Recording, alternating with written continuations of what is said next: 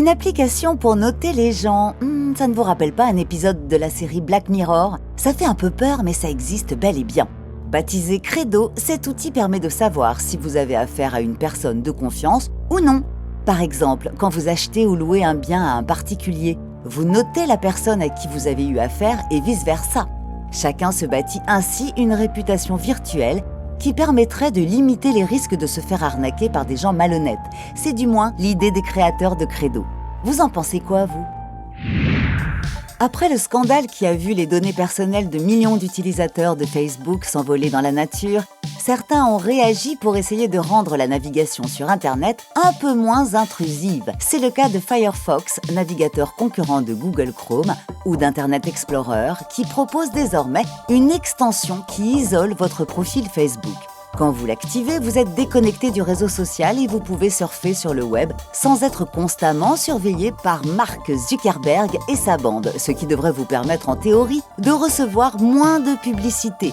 Le hic, c'est que de nombreux sites nécessitent un compte Facebook pour se connecter.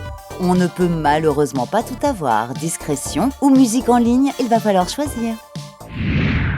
Ça fait pas mal de temps maintenant qu'on peut s'amuser à retoucher des images, par exemple pour incruster la tête de Fred un peu partout. Mais saviez-vous qu'on pouvait désormais le faire aussi dans des vidéos, grâce à la technique dite du deep learning? Comment ? On entraîne des intelligences artificielles à reconnaître des visages jusqu'à ce qu'elles sachent elles-mêmes les recréer.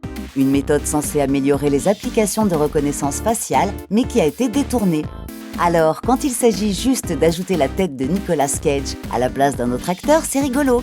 Mais quand on fait dire n'importe quoi à Barack Obama, We need to be more vigilant with what we trust from the internet. À l'heure des fake news, des fausses informations si vous préférez, il va falloir être de plus en plus vigilant pour déterminer le vrai du faux.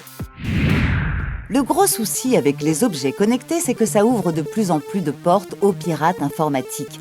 Récemment, un casino s'est ainsi fait pirater à cause d'un petit thermomètre dans un aquarium. Petit oui, mais qui était connecté au réseau interne du casino. Et comme c'est souvent le cas sur ce genre d'objet, pas d'antivirus ni de pare-feu, alors facile pour un pirate de s'infiltrer dans votre réseau.